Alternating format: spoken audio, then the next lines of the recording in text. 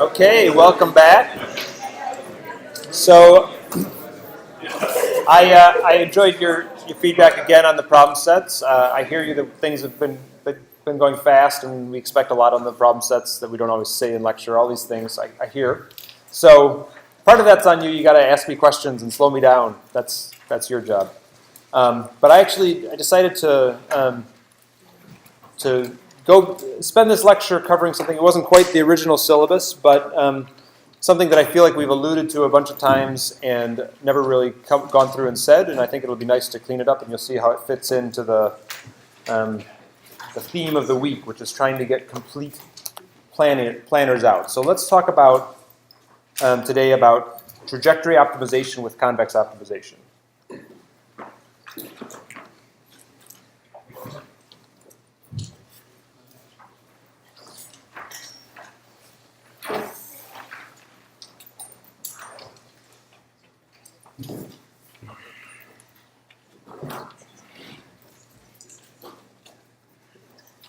Okay, so all right, so here's the motivation. So the trajectory optimization we've written down so far has been as a nonlinear program.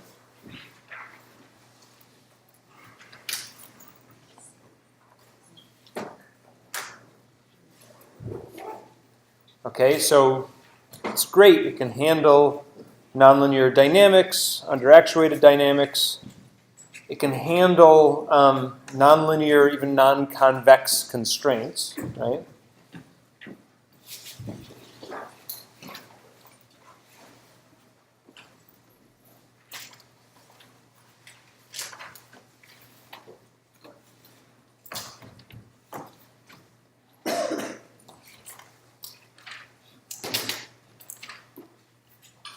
For instance, obstacle avoidance, we'll talk more about that today and see how that fits in. But the solvers aren't guaranteed to find a solution, right?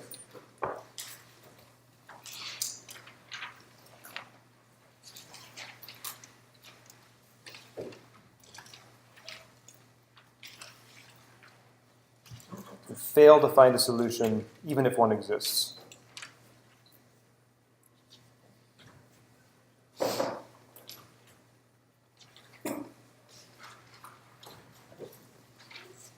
So last time we tried to address that by telling you about one of the algorithms from randomized motion planning, the RRT.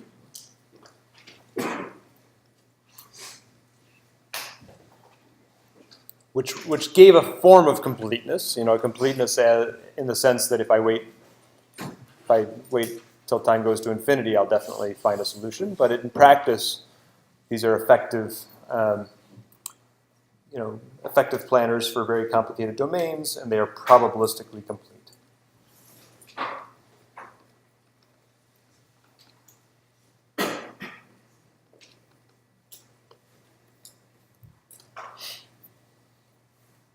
So I feel like I talked to a bunch of you afterwards, and maybe just by virtue of the order that I chose to present them, trajectory optimization first, and then RRT comes in looking like the solution. I think they both have their place, and they're good for different things. But actually, our group uses more trajectory optimization than RRTs. I don't want to give you the impression that the RRTs somehow fix all the problems with trajectory optimization. I think they're both different tools. They have different virtues, right? The RRTs give you random-looking paths and need some extra work afterwards. Typically, they take a lot longer to solve, but they solve a broader class of problems. Okay, but there are some trajectory optimization problems that are guaranteed to find a solution if one exists. Okay, and they can be made to solve a pretty broad class of problems with some extra work. So I want to talk today about that class of algorithms, right?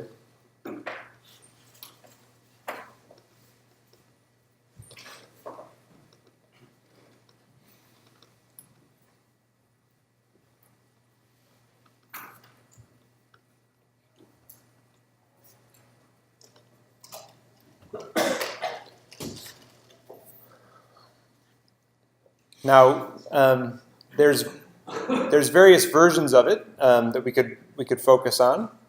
I'm going to choose, just so we don't bounce around too much, I'm going to talk about the ones that can be written down as just one particular type of convex optimization, which is a quadratic program. So I know you got to learn about linear programming on your last problem set if you didn't already know it. And we've mentioned quadratic programming a bunch. Let me just give the quick reminder or introduction as it is about what I mean when I say a quadratic program.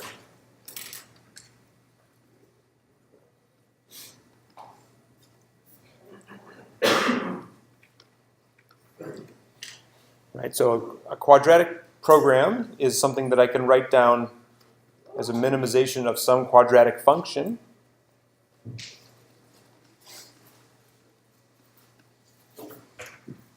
And I can have linear terms in there too. I could have constant terms, but that would not affect my solution, so I'll leave them out. Subject to linear constraints.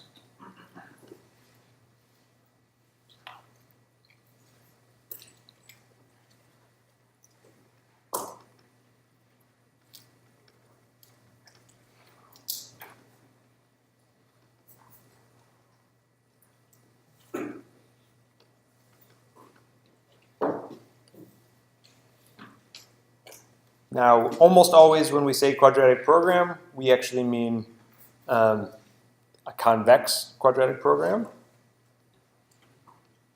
The ones we can solve effectively are when Q is positive semi-definite. Then there's efficient algorithms to solve that, because it's the convex case. The non-convex case is NP-hard.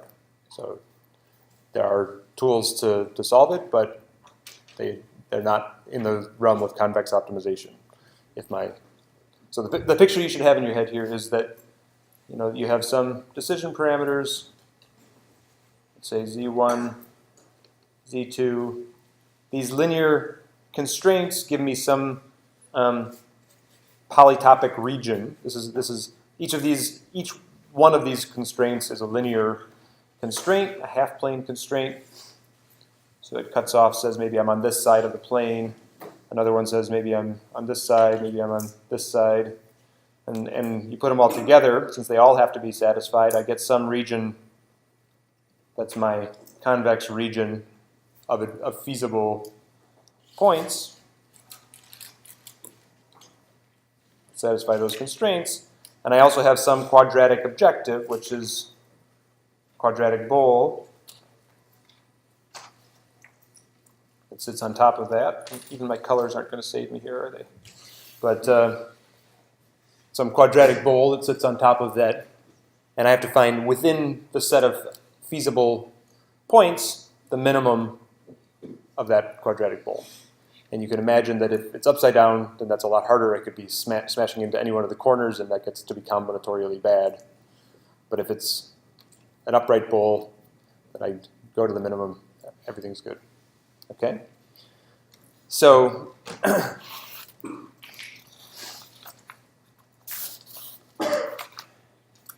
it turns out that we can formulate some trajectory optimization problems as a quadratic program. And if we can do that, then these programs are guaranteed their convex optimization, just like we've been saying the whole time. If a solution exists, we're guaranteed to be able to find it and find it efficiently, right? So let's think about the cases where we can write an optimization, a trajectory sort of optimization as a quadratic program. Okay, so for instance, I can write down LQR as a quadratic program, or at least a finite horizon version of LQR. Okay, if I have a finite time LQR.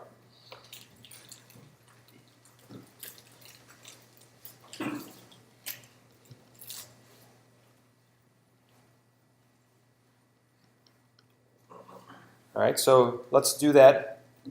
Let's do that on the next slide. So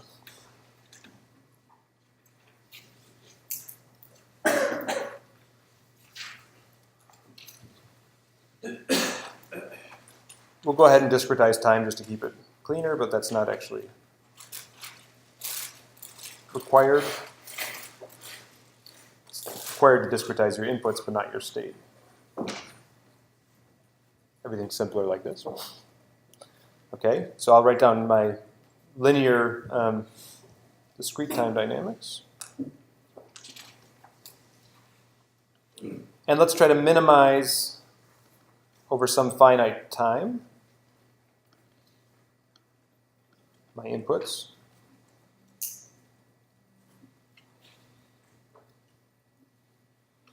Somehow I'm getting extra clicks today.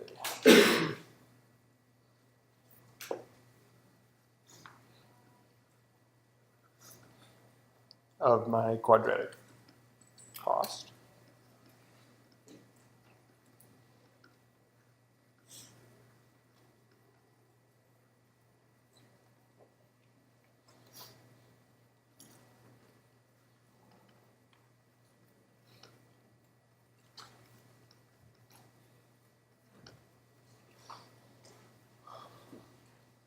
Okay, so maybe you can see already, but it's going to be pretty natural, actually, to write that down as a very large, potentially, quadratic program, but as a quadratic program. And we can actually do two different approaches to do it, right? You've already seen some different approaches. Trajectory optimization, either one could work here.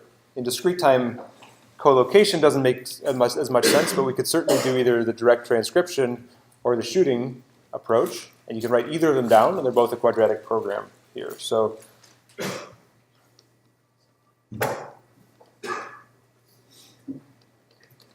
I could do the direct transcription.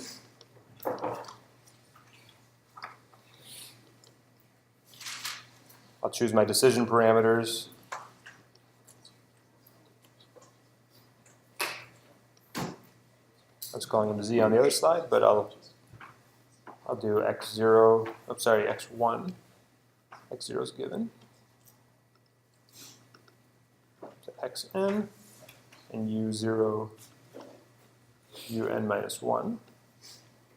Be my decision parameters.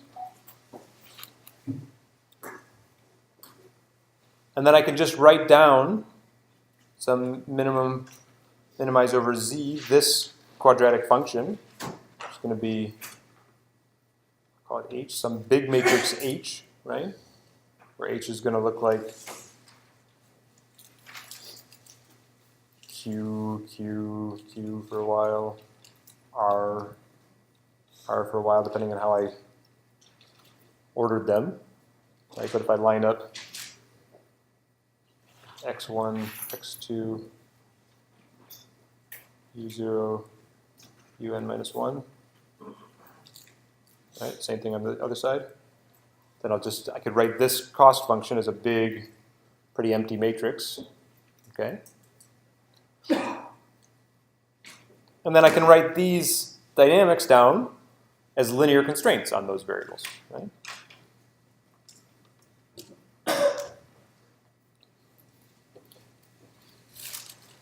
So they're equality constraints, but I can write that down as a pair of inequality constraints, right?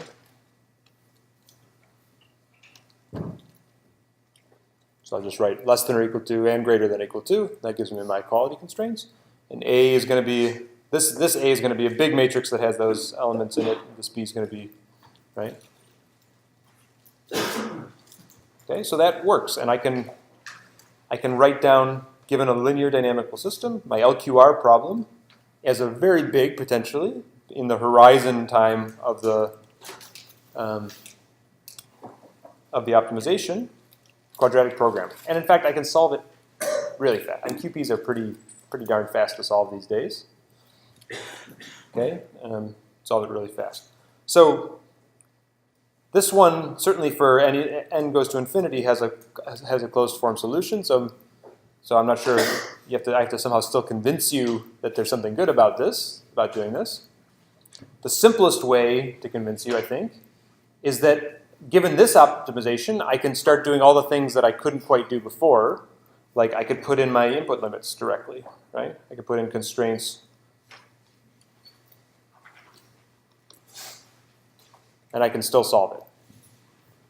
I can even put in state constraints if I want. Linear constraints, but if I have linear constraints, I can start dropping them on, and I can still solve it. Right? The big thing I'm giving up, well, the first thing I'm giving up is I have to solve a big optimization, potentially big optimization problem. But again, that's cheap. Don't be afraid of that.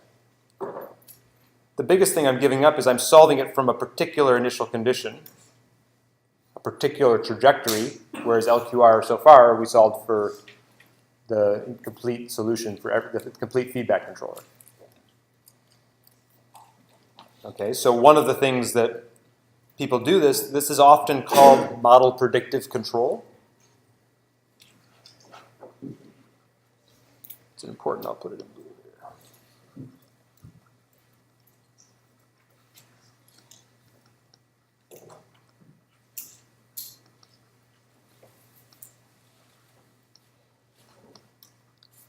Sometimes this is, you can have a nonlinear version of model predictive control. Maybe this is often called linear model predictive control. And the reason it's called that is because I'm computing potentially with a big optimization a control from a particular initial condition. But a lot of times people will implement this online. The QP is fast enough to solve that you basically, I take my current state X, I plan for the next n-1 steps what my control action should be. I take the first one, I go one step, I see where I actually arrived at, recompute my solution for the next n-1 step, and just do it in a receding horizon way. And that's a way to turn a fast, guaranteed to succeed trajectory optimization algorithm into a feedback controller.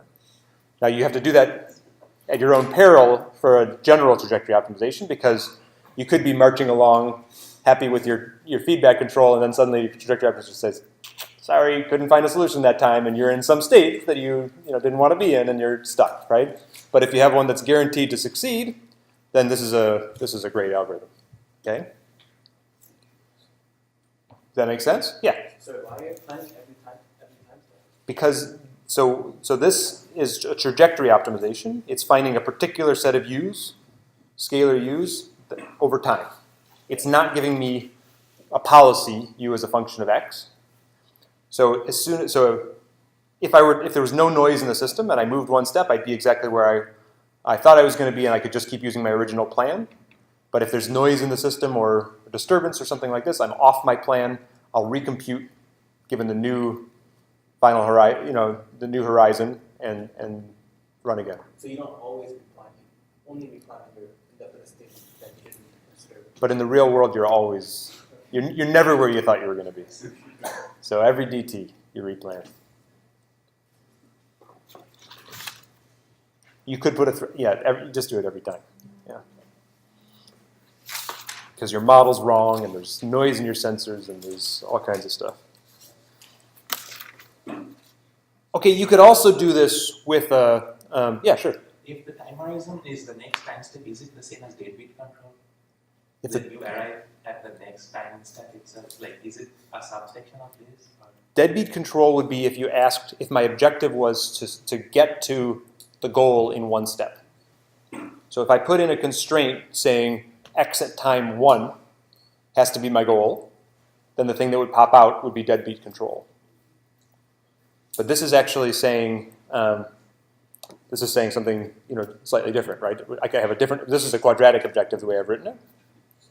Yeah, but it's similar. Yeah. So how do you impose long-term goals? So you want to reach some certain state in the future, and your horizon is not long enough. Okay. So you're just steering towards that. So there's a couple things you can do, but a lot of times what people will do is if you don't have the computational resources to make n big enough, then what you can do is say xn, let's say, tack on some final cost, which would be, let's say, from LQR. So ignore your control limits, ignore the constraints that you can't handle in LQR, and just solve what would be the infinite horizon cost to go. And then I'll think about my constraints for n steps, and then from there on use the cost to go of the unconstrained problem. And that's actually what Scott was talking about. We're setting at n to 1 on Atlas. we're computing LQR for the whole, for the infinite horizon, and then just instantaneously taking the cost, the input limits into account to go down to, yeah. So assuming the system is linear, are the x's here in this case, are they actually like x bar? So assuming it's linear and we follow a trajectory, are the x's here at each case actually the error? Is this actually like, x desired minus where we want to be, Yeah. or minus where we are? So that absolutely works. It doesn't matter what your coordinate system is in the linear case. You could either change your coordinates to x bar here, or you could have your objective have a x minus x bar, or x minus x naught, and have some linear terms in your objective. Either one is still compatible. It could be written down as a QP. You get to pick. Just one more question. Sure. Do people have guarantees that you arrive at a goal with respect to the noise in the noise that you have in your system? Is that the kind of guarantees that people have? Or? So we haven't modeled noise here. In the LQG case, there are some guarantees if you put in Gaussian noise assumptions like that, and we'll talk about that soon. There are ways to use these in a robust model predictive control way, where you can sort of guarantee that you're going to go downhill in the cost to go from this. And actually, we're going to talk about both of those in the sort of noise and robustness lecture, for sure. But actually, for linear systems, linear plus, let's say, linear plus noise, linear plus bounded uncertainty, you are going to have very nice generalizations of this. Yeah? How do you write your dynamics as AX? Do you use like finite differences? So I shouldn't have said x there. Good catch. This is z. That's my decision variable z. Yeah. Stack A. And I really shouldn't call this a. Let's call it a bar or something like that, just to make it different. Good catch. So if you're actually dealing with a nonlinear system, this is just a linearization. It works well and it's pretty small, like here locally. But if you want to plan long term, you can only encode like linear dynamics here, right? And you wouldn't be able, you don't know where you're going to be, so it's not completely linearized. So you're getting ahead, but yes. So Is that why you guys do like one step with Atlas? Because locally you do look like AX plus. locally, Atlas is linear. Yeah. If you drop in Q, if you know your state, Yeah. Exactly. then the dynamics are actually linear for one step. Yeah, but like and next long step, term it's not. You'll be somewhere else. That's right. So the question of how you use this, so you could use this for nonlinear trajectory optimization. One thing people do would be, they call it iterative LQR. You can actually do nonlinear trajectory optimization by picking having your initial trajectory, linearize it, use this. It's like a sequential quadratic programming update, but it's a slightly different update, where you basically use this to say what would the linear system have done if I optimized it, Okay. and then relinearize what would the linear system have done. And that is in spirit, very similar to the sequential quadratic programming updates, but it's numerically different. And some people believe it's an important difference. And that's typically called ILQR or iterative LQR, and that's an algorithm that people have in the trajectory optimization world. And a slight variation of it is called DDP, differential dynamic programming.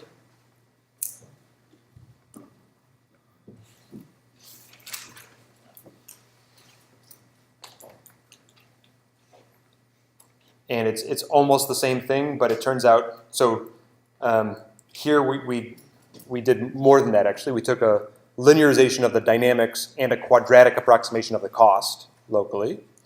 In DDP, you can have a second order approximation of your dynamics and still solve it as a QP.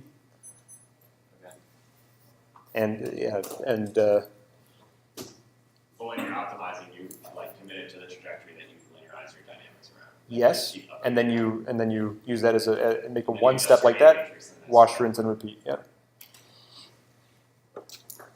Cool. I want to make sure you see that you can also write the shooting method down just like this. It also works. So if I were to have chosen my z to be just u0 to un, right? For linear systems, I can just solve away all those extra terms. My xk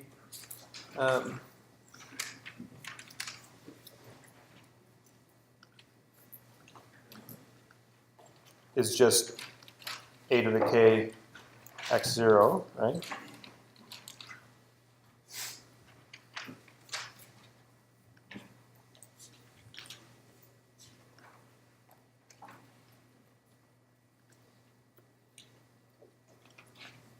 This is just the solution marching forward of a linear system, but it's still, well, it's linear in the initial conditions and it's linear in my decision variables.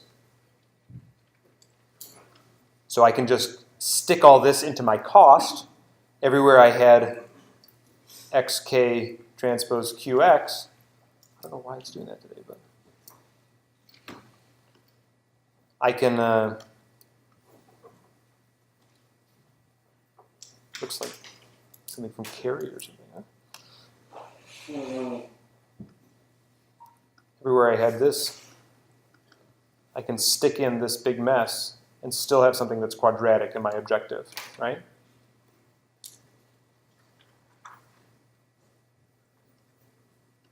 And then this, of course, is just adding more quadratic terms. So that's a quadratic program with significantly less decision variables, less constraints. In fact, if you had no other constraints, you could solve it away in with these squares. Arguably, I mean, so I think for quadratic programs are so robust that it's not a big difference either way.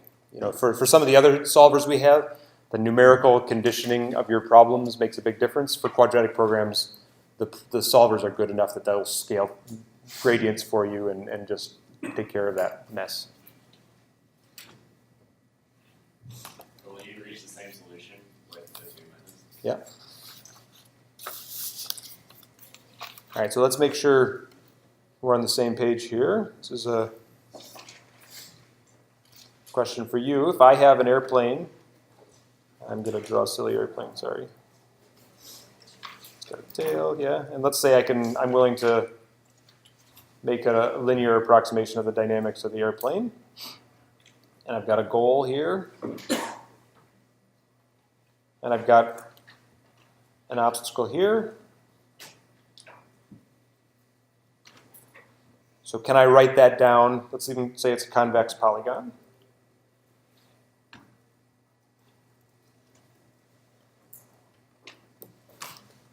Can I write that down as a quadratic program, the trajectory optimization from my current initial condition to the goal?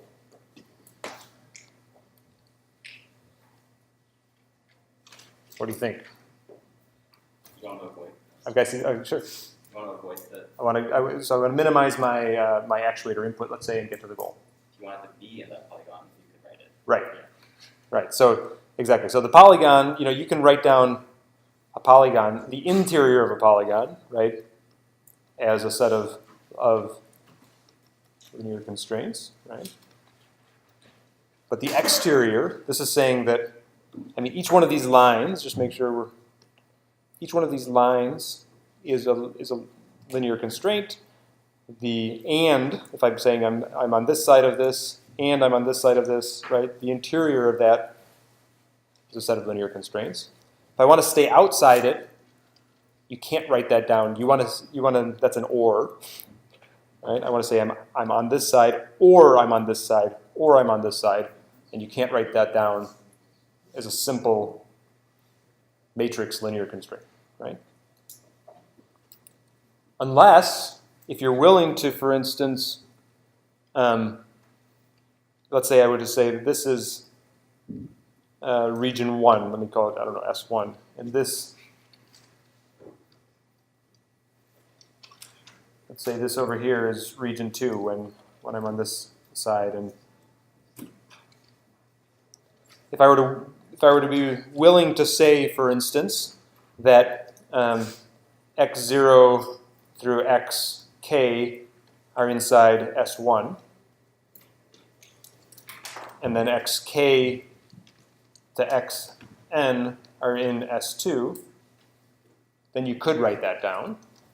But I've had to somehow pick k as the time that I'm going to be in this intersection. Okay, we'll get back to that in a little bit. But I want people to really have a visceral feeling for the fact that that is a avoiding an obstacle is a non-convex thing, and I will not have a convex optimization that gets me there magically, right? It gets me a sort of obstacle avoidance.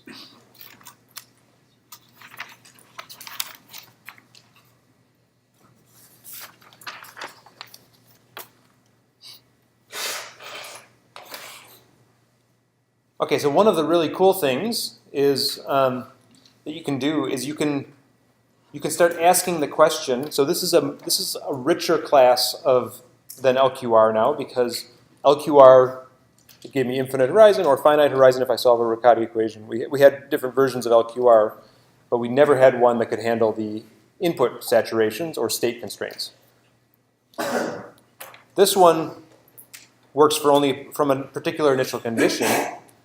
But you can actually go back and ask the question is, how does this solution to the quadratic program change as a function of initial conditions?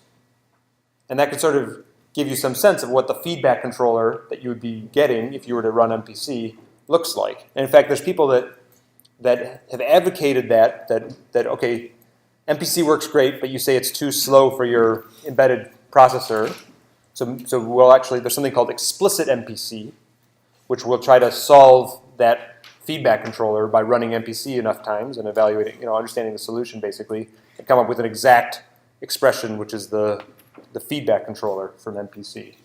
And that's an idea called explicit MPC.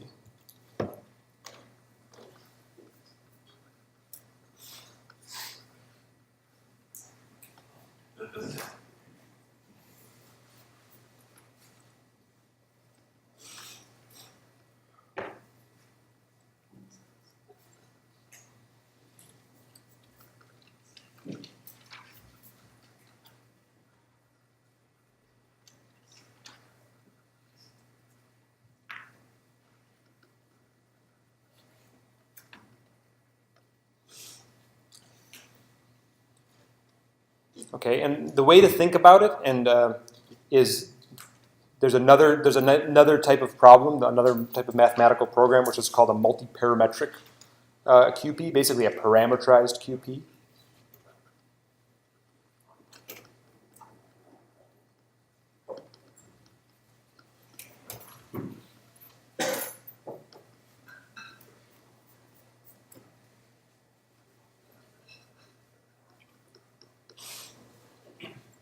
Think of it as just a QP parameterized, a parameterized QP.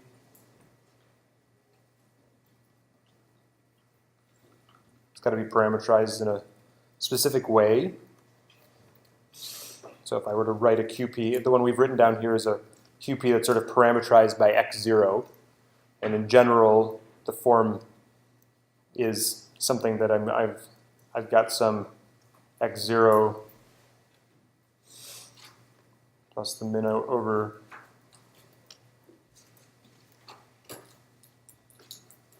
my z, z transpose hz. I'm just going to throw in a bunch of big matrix symbols here. Those letters are not to be taken seriously. They're just big matrices, yeah.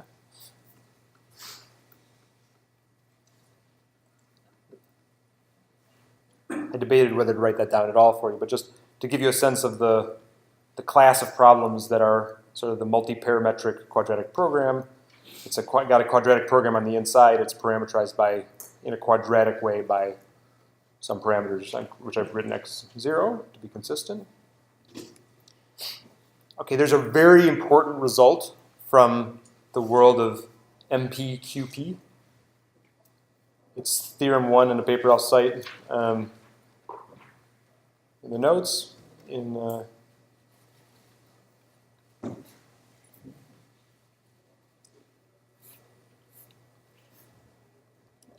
And that is that if I look at the solution of this QP over x0, then first of all, the feasible solution, the feasible set,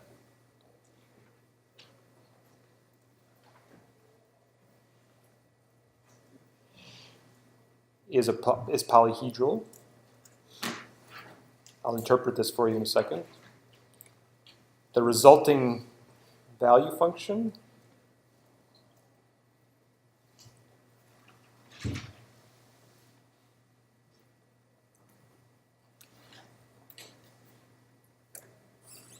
it's got lots of nice properties. It's continuous, convex, and piecewise quadratic.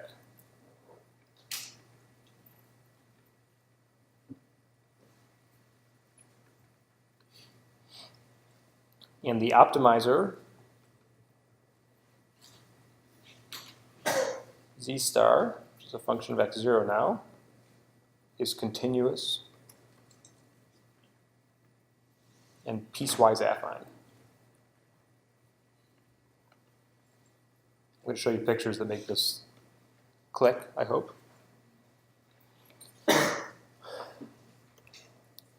So the unconstrained LQR problem, we know had a value function that was a quadratic pole.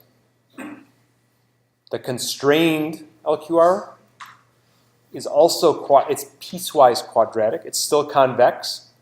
In every segment, the cost to go is a quadratic function, but it's put together with pieces of quadratic functions. The controller for LQR unconstrained is a linear controller. Now it's a piecewise linear controller. Okay, it's beautiful that they can prove this, and actually they prove it in general for these QPs, is that QPs have these nice continuous solutions. We've parameterized them in this way.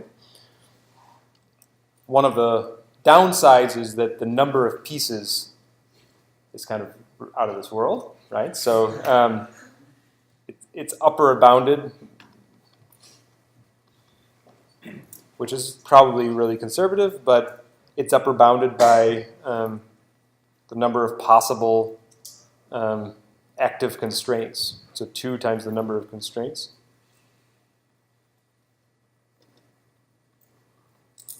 In general, for every possible set of constraints, which can either be active or inactive, I have a different piece in my system. And I'll show you, maybe I'll do it now, but I'll show you that can get big. And so this is in my view, it's a theoretical value and less of practical value, but some people do advocate using this to solve things that I could compile down to a microprocessor, which would be faster than solving a QP on the microprocessor.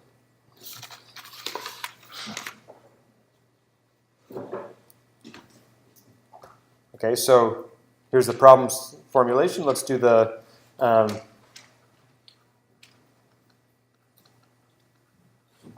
we'll do the double integrator. I know, a one-trick pony. 2 tricks. I got the pendulum too. Right? We're going to do LQR with constraints.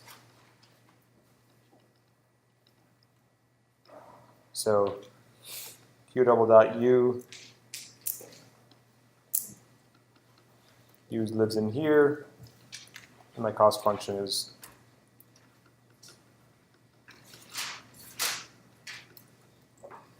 and then what I'll do, which I'm going to use a numerical example right out of the paper I just cited.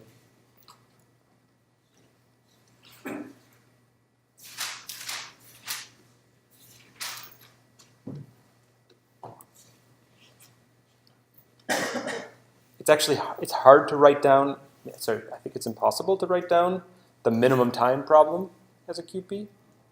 It would be I think it's understood to be an MI QP, Robin. I think that having looked at it a little bit again last night, I think it actually, if you have to decide the amount of time, that is an integer variable, and it's a different class, a different optimization problem. But you can write down something similar. You know, the quadratic cost but bounded is a reasonable approximation. You remember the optimal solution, the bang-bang solution of the double integrator. Let's see what it looks like here in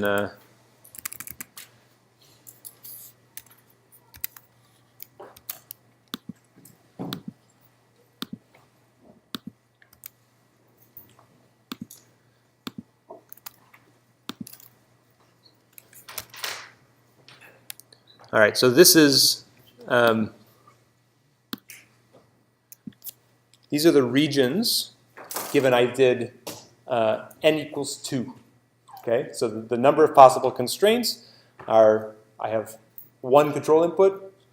They can only be active in 2 possible constraints. So these are my different regions that come online. Okay, I have, this is the simulation coming back. Again, this is not my tool. This is the hybrid systems tool by the IIT group, which I'll cite in the notes. This is the result of simulating the trajectory in a model predictive control fashion, where you're basically doing 1 step, 2 step in the QP, and then LQR for the rest of time.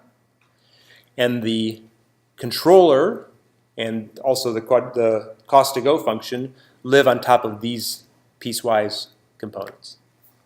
Okay? So that's beautiful that the solution can be written down in an explicit way for the 2-step plus infinity as almost linear, but now piecewise linear. It's a really strong result. The problem is that if I make this a little bit bigger, you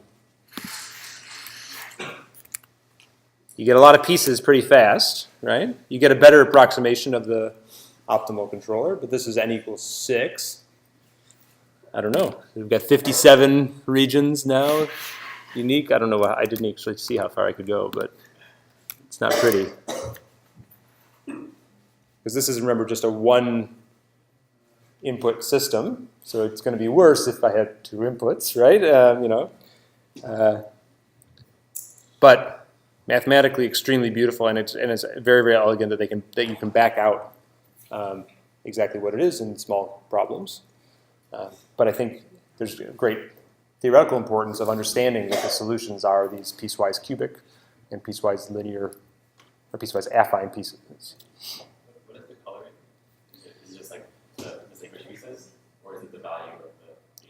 It's roughly the action u. Right? That this is actually choosing u equals -1. It's just taking lots of pieces to potentially do it, and then these are the different as u is getting closer. I can actually show you they have a nice printout in there.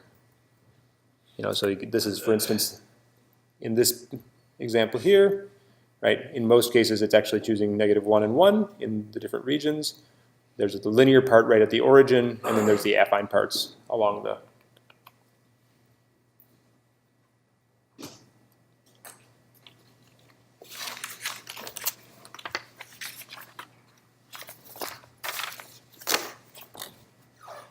Does that make sense?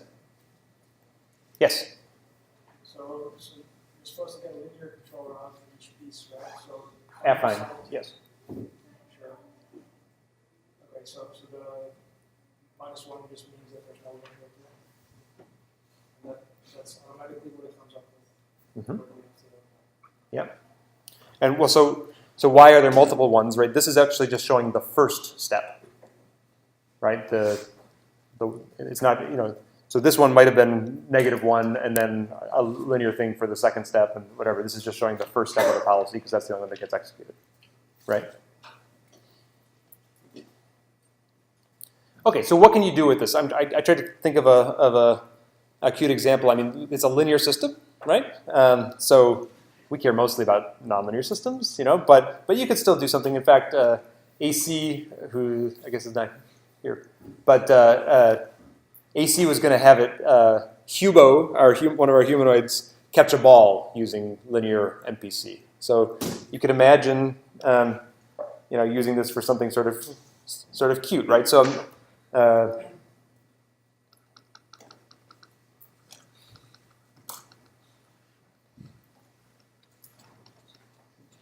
right. So imagine you've got a big humanoid robot that can move its hand around, and actually, it's really not that hard to move your hand around, especially if you're standing still.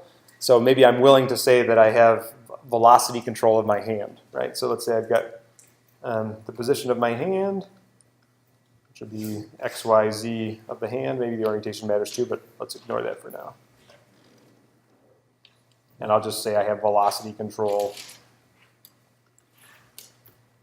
of my controller be this, and I'll run an inverse kinematics to make the hand actually move.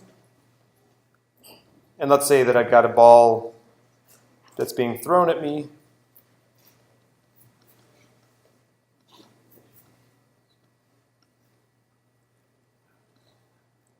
And the ball, I'm pretty sure, barring aerodynamic effects, is going to have a dynamic something like this.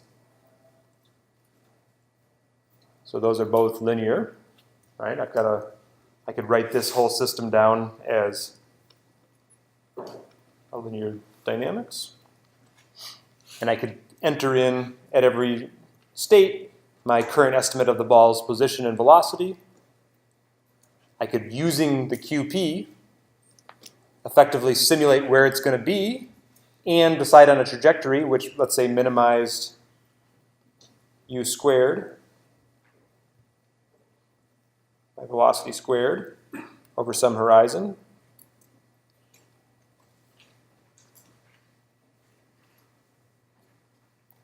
Subject to some constraints that, let's say, at time 10, my hand and my ball have come together, right? And maybe I had to do velocity matching too.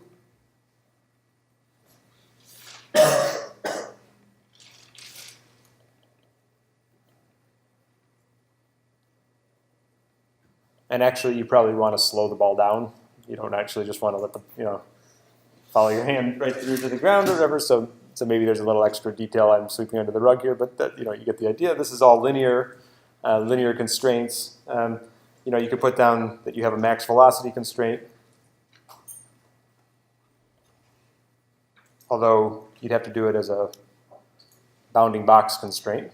You would have to do it as constraint on the individual components of u, not the total magnitude of u, because that would be a quadratic function. And I'm only allowed linear constraints. Okay, this is the game you want to start thinking of. Is like, how can I write these things down in the format of the optimization problem?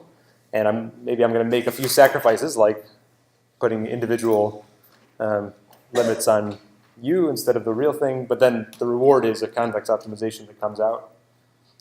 Maybe I want to say that my Q hand has to stay inside some reasonable workspace.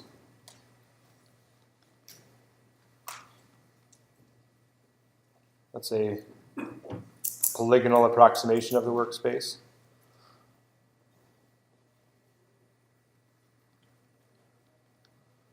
But then you really could, throw it and the QP will just solve that intercept problem for you. You could also do a little math and figure that out probably, but you wouldn't be able to do that math with the velocity limits and the workspace limits and other things, right? That's when the QP is really solving something pretty non-trivial.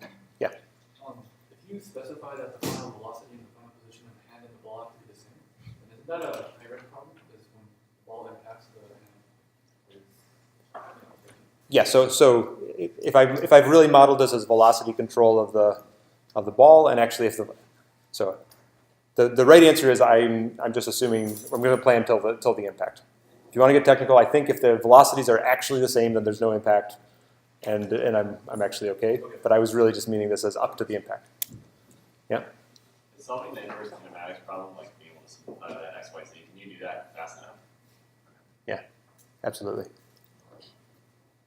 We do it with nonlinear optimization over the whole robot fast enough, but even incrementally, you can do it with Jacobian calculations to do velocity control without solving inverse kinematics. Yeah, so this is useful stuff, but it's still linear, right? So I don't really like it, but we want to use it when we can. But the good stuff is if you get to nonlinear problems. Okay, so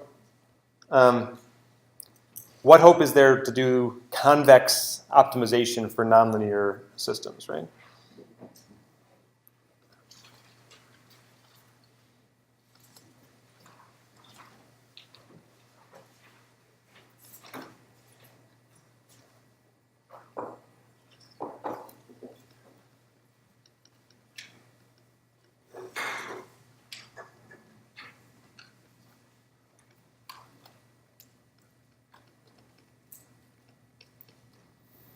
All right, so I'll stay discrete here.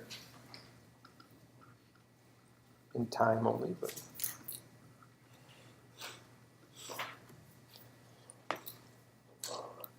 So it's not a linear constraint anymore, so it's not going to just snap into the QP formulation. So you should have a bunch of things buzzing around in your head, right? So we've talked a lot about sums of squares and polynomial optimization, right? So you could actually write down the trajectory optimization problem as a polynomial optimization problem.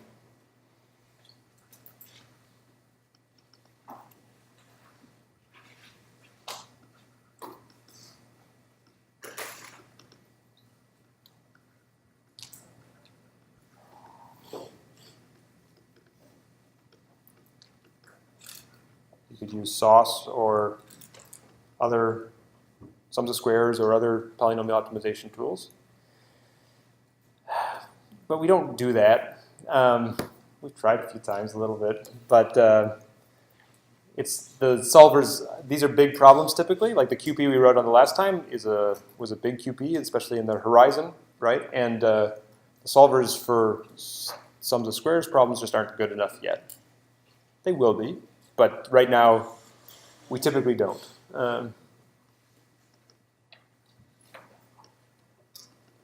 It's the size of the problem, but also the conditioning of the problem. That hasn't been something that we've done a lot of yet.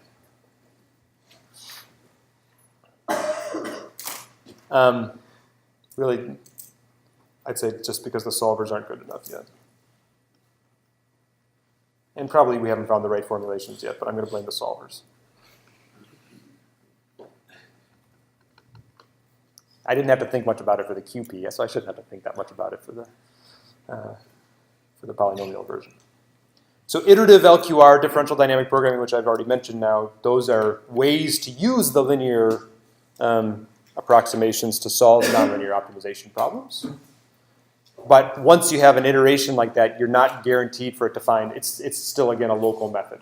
Right? Every individual step is guaranteed to succeed, but you're not guaranteed that the iteration will find a solution to the nonlinear problem. There are some problems that you can use convex optimization for. They're a little bit different in spirit, but there's a really important class of systems, which are the differentially flat systems, where you can use some of these ideas for nonlinear systems.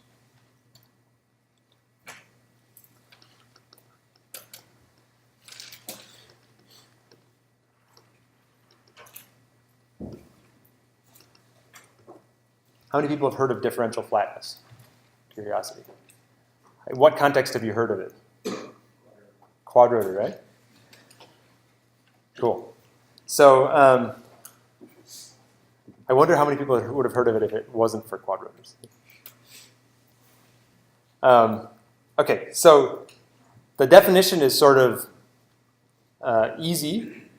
Understanding the implications is a little bit harder, but let me just write down the definition, right? So a system is differentially flat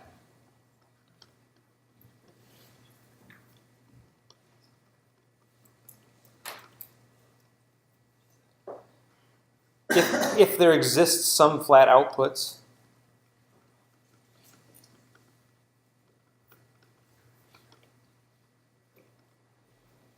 wow. Wrong.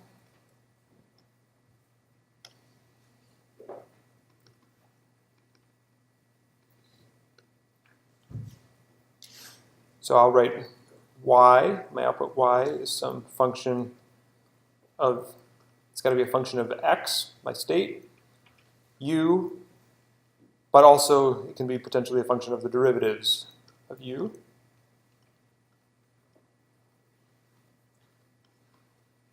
Up to some pth derivative, if you will. Sort of an obtuse thing, but let's run with it. Okay?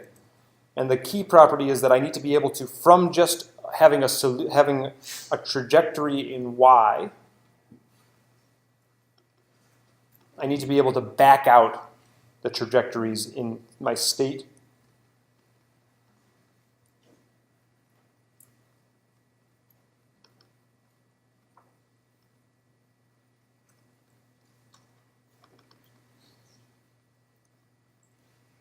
and in my control inputs.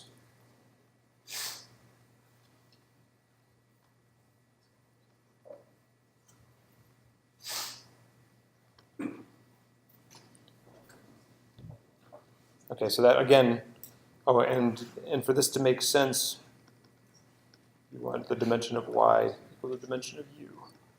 Because you'd like, for every trajectory y, you'd like to be able to extract u. This is sometimes called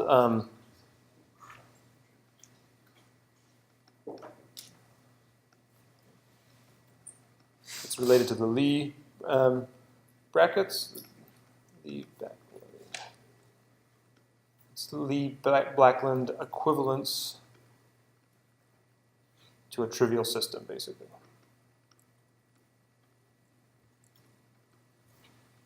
All right, so what the heck does that mean? Okay, so I can have a nonlinear underactuated system, okay?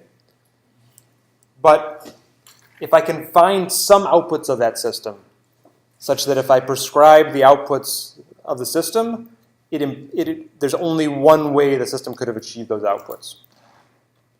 Then I can potentially plan just the outputs of the system and back out what the state and control had to have been. So for the quadrotor example, the famous example now is the quadrotor.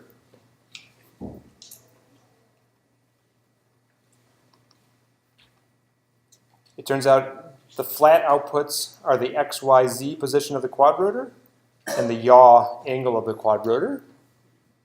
If you tell me the x, y, z trajectory of the quadrotor and its yaw, then there's only one set of states that the quadrotor could have possibly gone to, satisfying the dynamics, that would have achieved that x, y, z, and yaw. Right? I could tell you exactly what the state must have been to achieve that. And similarly, I could tell you exactly what the actions. There's 4 inputs on a quadrotor, 4 thrusters. I could tell you exactly what those thrusters must have been if the system went through this one particular trajectory in x, y, and yaw, x, y, z, and yaw. Okay, just because it's limited in what it can do. So having the 4 output variables is enough to exactly tell me what the state and control had to have been.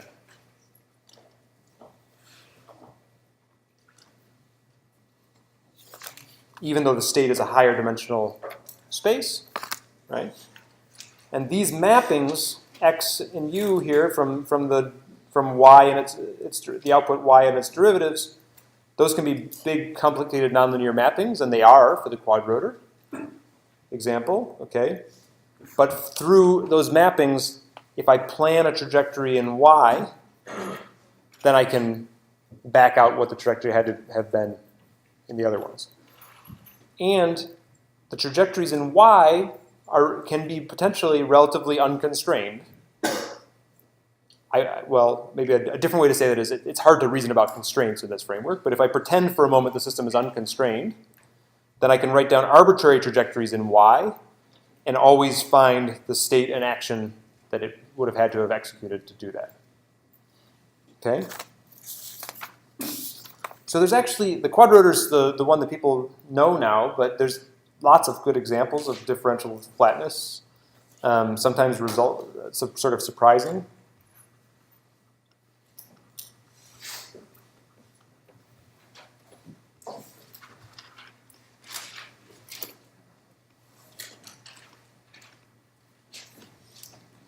So one of the classic ones is an n-link planar snake.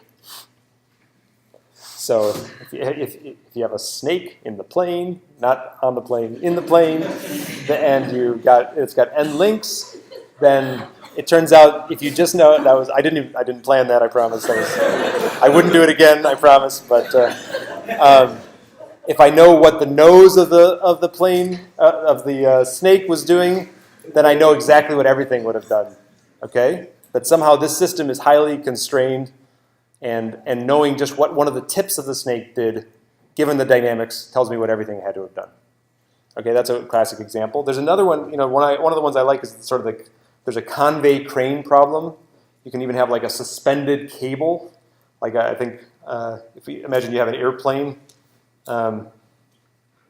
flying along with a load coming off the bottom here, right? And there's, I don't know, lots and lots of degrees of freedom here. And this is a load. And there's actually great videos online if you look for like helicopter pilots that are putting enormous payloads in the back of a truck just by like swinging, just their mastery of the cable dynamics is just ridiculous. And I wouldn't want to be in the field when that was happening, but pilots can do amazing things. But it turns out, I won't claim that they're using differential flatness, but it turns out if you know the trajectory of the load, which is a low-dimensional thing, then you can back out uniquely what the trajectory of the plane and the inputs to the plane would have had to have been to make the cable dynamics satisfy the constraints. And actually just planning in the trajectory of the load of the carrying thing, you can use differential flatness to figure out what the plane would have had to have done. It's pretty cool, right? So that takes a arbitrarily high degree of freedom system and brings it down to a low-dimensional planning problem. In our world, I mean, even there's other examples, rolling pennies and other things. In our world, the not surprising one, could walking be? Like modeled like that? Like is your home point? In terms of planning footsteps. Well, the planning footsteps is a lot of constraints that you'd have to throw on. But I do think center mass dynamics or something like that, there could be hope for finding flatness there. The center of mass dynamics unperturbed is already linear, so you don't have the same motivation for finding flatness. But yes, I think I wouldn't be surprised if there were humanoid relevant flat outputs. But I haven't seen that yet.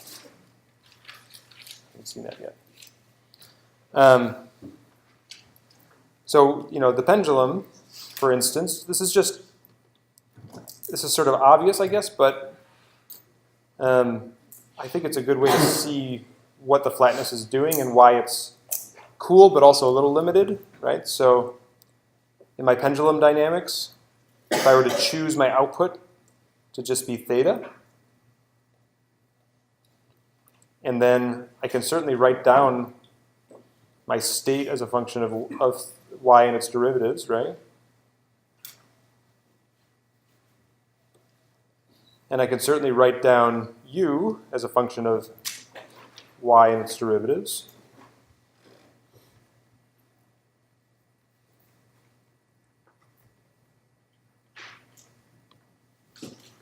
Right? That's all easy and obvious and good, right? So what this is saying, but I haven't been able to write down my constraints, right? So what this is saying is I could, if I plan a trajectory in theta, then I know what my torque would have had to have been for the pendulum, right? So if I were to plan a trajectory that went to the top, I can back out exactly what the torques and the state would have had to have been for that to happen. Okay, by looking at the derivative, time derivative to get the velocities, that's sort of an obvious thing, but it's not very relevant because I don't have any limits. It's just like my feedback linearization example that I did in the first lecture, right? It would be very relevant if there was some way for me to encode constraints on y and its derivatives, which somehow enforce the torque limit. But that's hard to do, maybe impossible. We don't know. We thought about it a little bit before the lecture and didn't come up with anything good. Michael thinks it's impossible. I'm on the fence. Yeah, so so that gives you a sense. I mean, so it's sort of the extension. It's sort of an extension of the idea of feedback linearization, but or maybe partial feedback linearization in the quadrotor case, right? It's saying that I can completely control. It's a little bit different than that, but I can completely control x, y, z, and yaw. And the opposite way to say it is, if I plan an x, y, z, and yaw, I can back out what my controller would have had to have been. Okay, and that turns out to be extremely useful, right? So since not everybody raised their hand, let me show the big result that is why people know about differential flatness. So this is from Penn. This is their quadrotor acrobatics using differential flatness.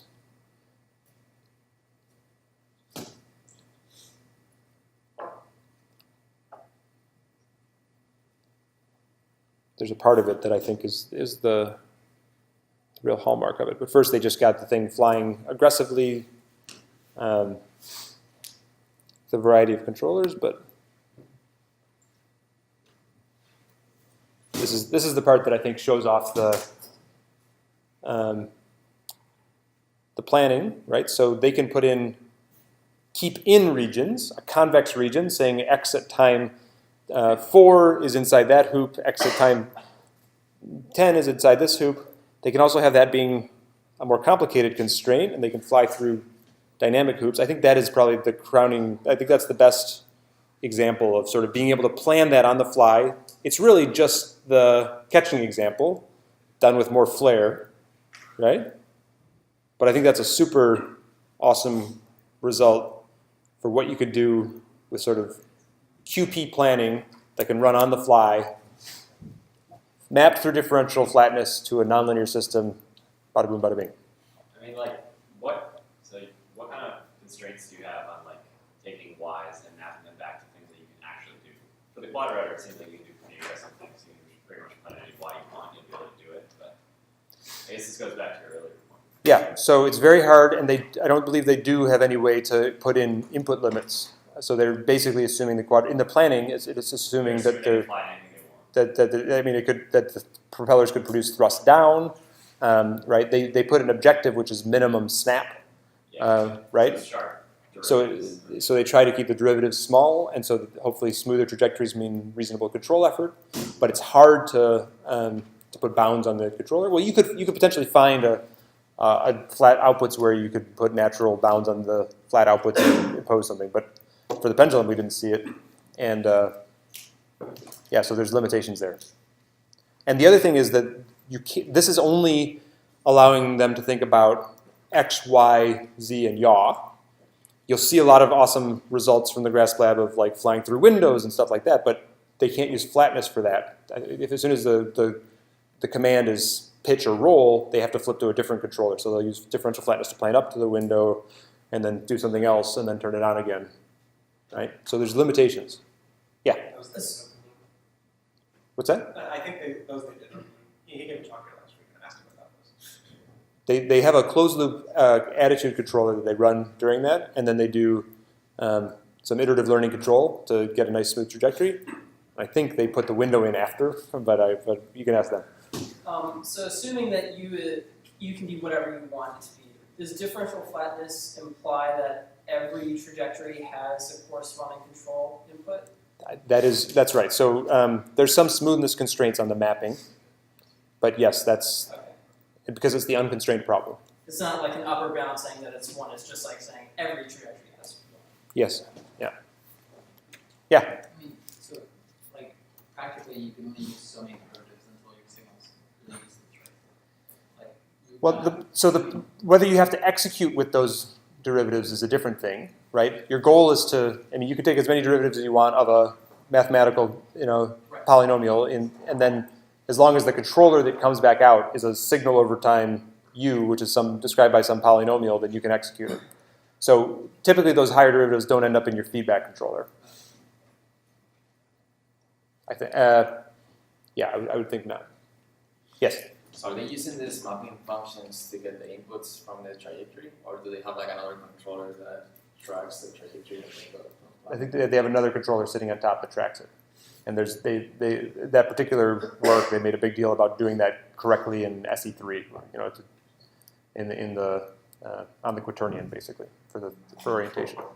Yeah. So is the key thing that you go back uniquely from your Y to the Yes. unique controller, but like suppose I had a system where that mapping was like surjective, so I could always find control inputs that execute that Y. Maybe there's two ways to do it. Would that not be super useful also? As long as I can do that It seems like it should be super useful. or is it?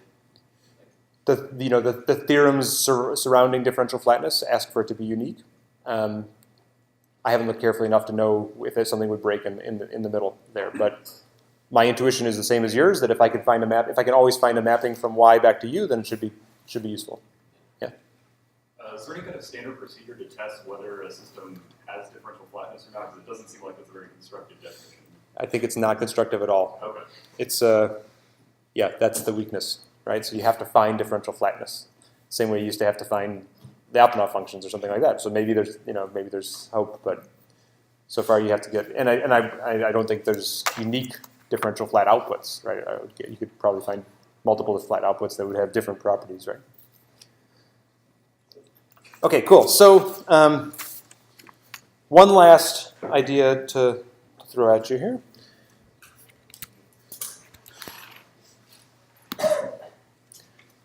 So there's a class of problems that we won't really go into, but I just want to spend 5 minutes sort of giving you the existence of them, which goes back to the problem I talked about, which is if you go around, you have to go around a polygonal obstacle. You could do that, for instance, by labeling subsets of my space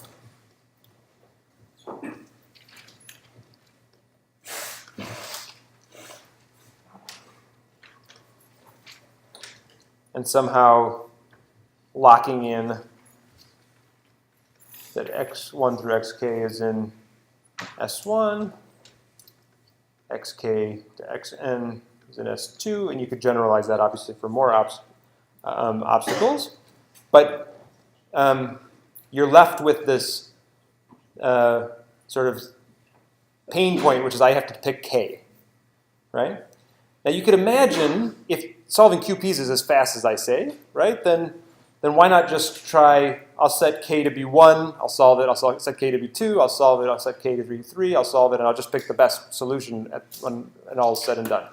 And you could do that, but if your number of faces gets really large, and maybe I've got multiple obstacles here, each of which should contribute exactly one set of constraints, right? Then that's going to get hard.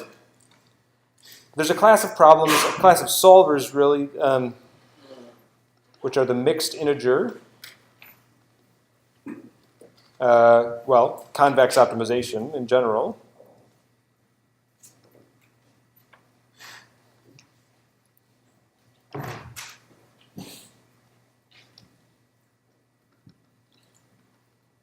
And the one that would extend naturally from our discussion here would be MIQP, mixed integer quadratic programs.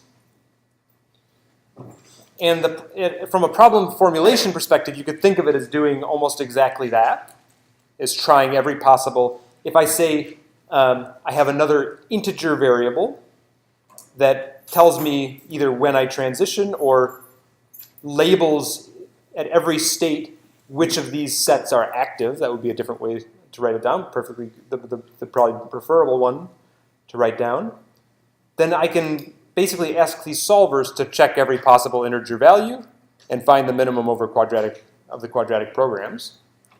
And the trick is that the solvers are smart about, they don't have to check every possible integer value because they use techniques like branch and bound.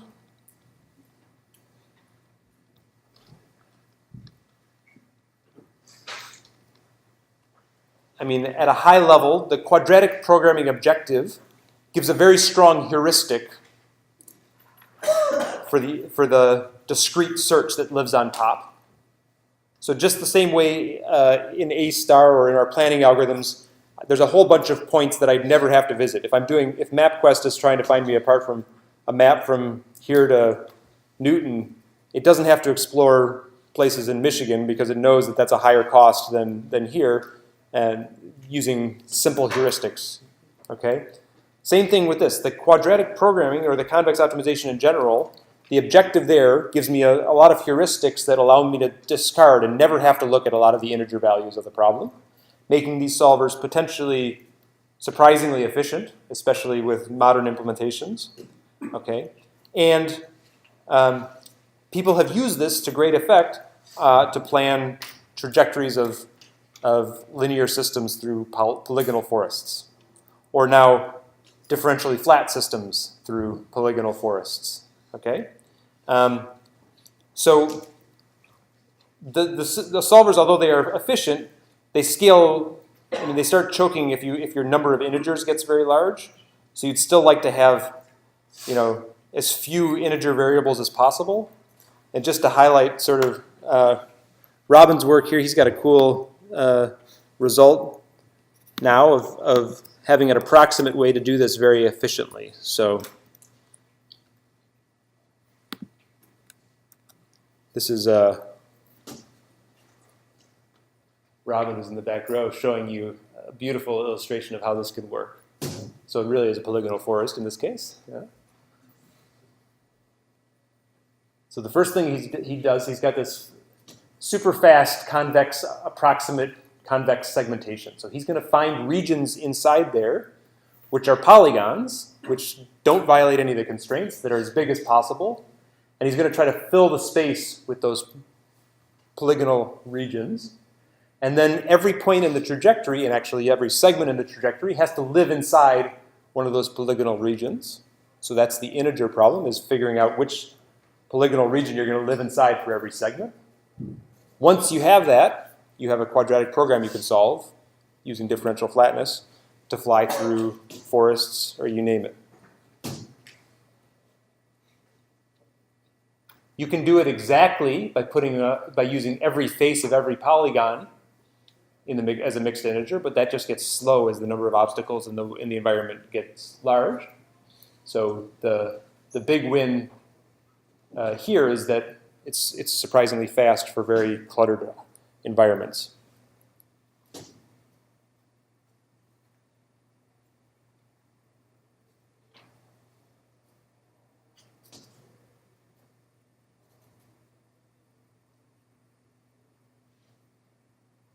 So watch out, quadrotor's coming to an office environment near you.